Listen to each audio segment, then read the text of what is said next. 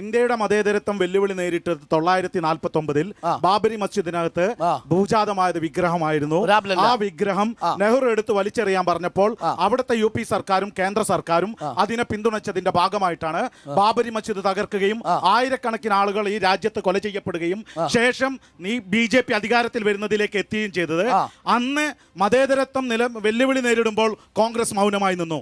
മറ്റൊന്ന്, ഗോവധം ഇന്ത്യയിൽ നടപ്പിലാക്കിയത് കോൺഗ്രസ് ആയിരുന്നു. ആ കോൺഗ്രസിന്റെ പിന്തുണയുടെ ഭാഗമായിട്ടാണ് BJP മനുഷ്യരെ പശുവിന്റെ പേരിൽ ഈ രാജ്യത്ത് പെഹ്ലുഖാൻ, മുഹമ്മദ് അഖ്ലാഖ്, ജുനൈദ് എന്നിവരെ പോലെയുള്ള ചെറുപ്പക്കാരെയും ഈ രാജ്യത്തിന് പട്ടാളത്തിൽ നിന്ന് സംരക്ഷിക്കുന്ന മനുഷ്യരെ എല്ലാം ഇല്ലാതാക്കിയത്. മറ്റൊന്ന്, ഈ രാജ്യത്ത് പൗരത്വ ബില്ല് നടപ്പിലാക്കുമ്പോൾ ഒരു പ്രത്യക്ഷ സമരത്തിന് പോലും മധ്യപ്രദേശിൽ ഇലക്ഷൻ നടക്കുന്ന സമയത്ത് കമൽനാഥിന്റെ വാക്ക് കേട്ടിട്ട് അവിടെ പ്രകടനം നടത്താൻ പോലും തയ്യാറാവാതെ മൃദു ഹിന്ദുത്വ സമീപനം സ്വീകരിച്ച കോൺഗ്രസിനാണോ വോട്ട് ചെയ്യേണ്ടത്?